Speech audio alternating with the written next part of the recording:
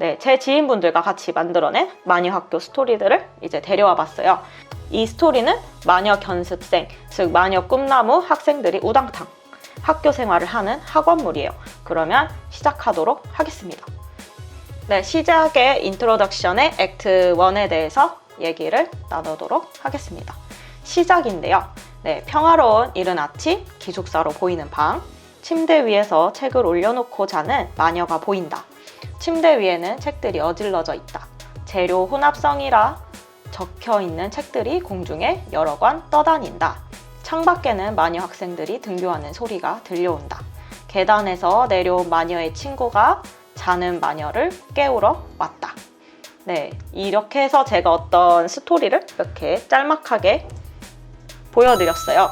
그럼 여기에서 제가 포인트로 찝는 이제 단서들을 체크해 볼 거예요. 첫 번째는 평화로운 이른 아침, 두 번째 기숙사로 보이는 방, 세 번째 늦잠을 자는 마녀, 네 번째 침대 위에는 책, 그리고 다섯 번째 창밖에는 마녀 학생들이 등교. 이런 식으로 어떤 그 에피소드의 중요한 포인트들이 있어요. 그래서 이것들을 살릴 수 있을 만한 색감을 제가 이제 상상을 하고, 아래에 보시면 러프 컬러가 띄어져 있죠. 이에 어울릴 만한 컬러들을 상상해 보는 거죠. 뭐 아침이라 밖은 환하고 내부는 이제 전등이 꺼진 우드톤의 기숙사방, 그리고 러프 컬러를 지정해 두거나 이제 상상을 해 두는 거죠. 제가 시연을 하면서 어떻게 이미지 보드를 잡는지 보여드리도록 하겠습니다.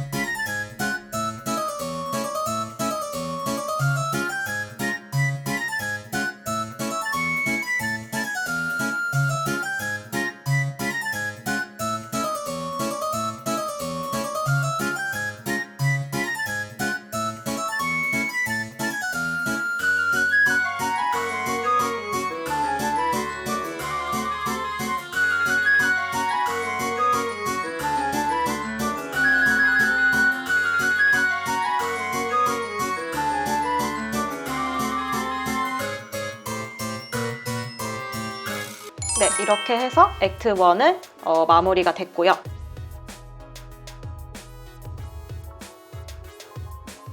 두 번째로 넘어가서 액트 2로 넘어갈 거예요. 갈등을 빚는, 빚어지게 되는 부분인데요. 이제 conflict developed라고 하는데 이 부분에 대한 스토리도 한번 읽어드리도록 하겠습니다.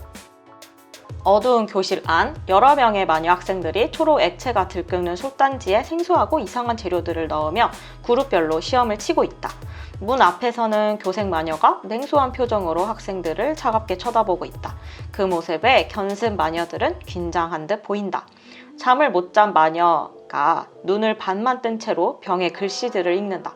철자를 잘못 읽어 이상한 재료들을 넣기 시작한다. 솥단지 속에 있는 액체가 이상한 소리와 함께 화학 반응을 일으키며 점점 부풀어 오르게 된다. 주체할 수 없이 짙은 푸른색 액체가 나오기 시작한다. 심지어 그 액체가 떨어지거나 흘러내리는 곳마다 다 녹아내리기 시작한다. 당황한 학생들은 위험을 감지하고 탈출하기 시작한다. 이게 이제 액트 2의 스토리예요. 그러면 여기서 또 제가 포인트로 집을 단서들을 체크할 거예요. 첫 번째는 어두운 교실 안, 두 번째는 여러 명의 마녀 학생들 시험을 치는 시험장, 세 번째 초록 액체가 들끓는 솥단지, 네 번째는 문 앞에서 그 지휘하는 교생 마녀. 이런 식으로 해서 또 여기에 맞춰서 또 제가 아래에 러프 컬러를 설정해 뒀어요. 네, 이렇게 러프 설정을 하더라도 러프 컬러를 지정하더라도 중간중간마다 작업을 하다가 색이 변경되기도 합니다. 그러면 이 액트 2 갈등되는 부분도 시연을 보여드리도록 할게요. 일단 우리가 익숙하게 알고 있는 마녀가 있는 공간은 어둡게 표현될 때가 많으니까 교실 또한 어두운 환경을 그리면 어떨까 싶었어요.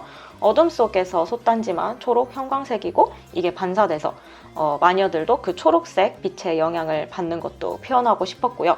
그리고 선생님이 지휘하는 곳, 서 있는 곳, 요일한 탈출구도 표현해보고 싶었어요.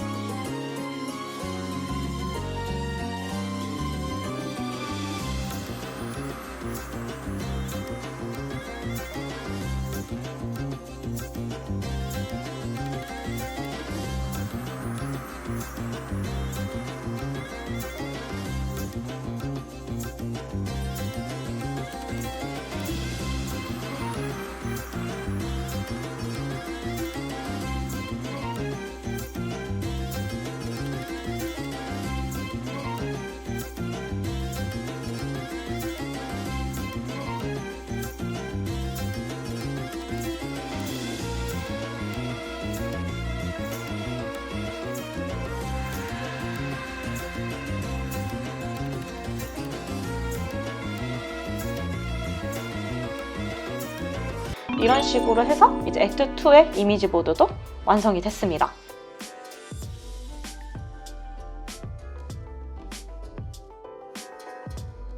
그러면 바로 액트 3, 클라이막스 절정이라고 하거든요. 액트 3으로 바로 진행하도록 하겠습니다. 스토리를 읽어드릴게요.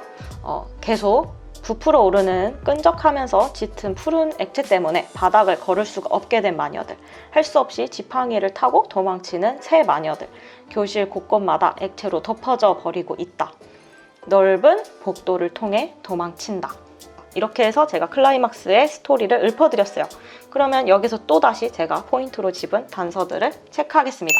첫 번째는 짙은 푸른 액체, 두 번째는 지팡이를 타고 도망치는 새 마녀, 세 번째는 넓은 복도입니다.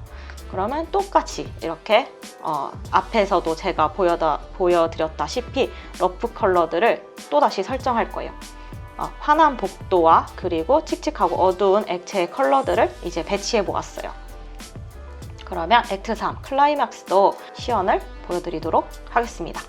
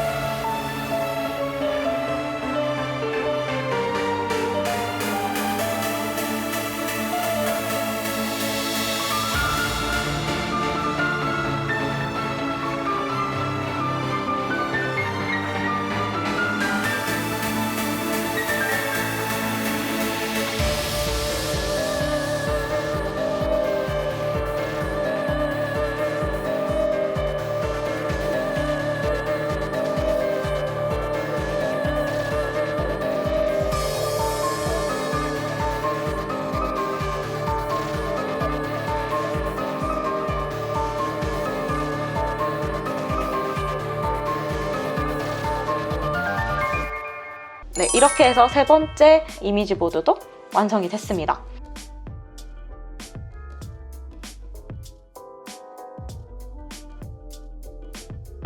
인명피해는 없었지만 역사가 깊은 마녀학교의 수련장을 폭발시킨 견습생 3명, 이것이 엔딩입니다. 네, 아침 새벽 해가 밝아온다. 마녀학교의 창문 사이로 빛이 새어나오고 있다. 뜯겨진 지붕과 잘게 부서진 벽돌들이 사방에 먼지들과 함께 널브러져 있다.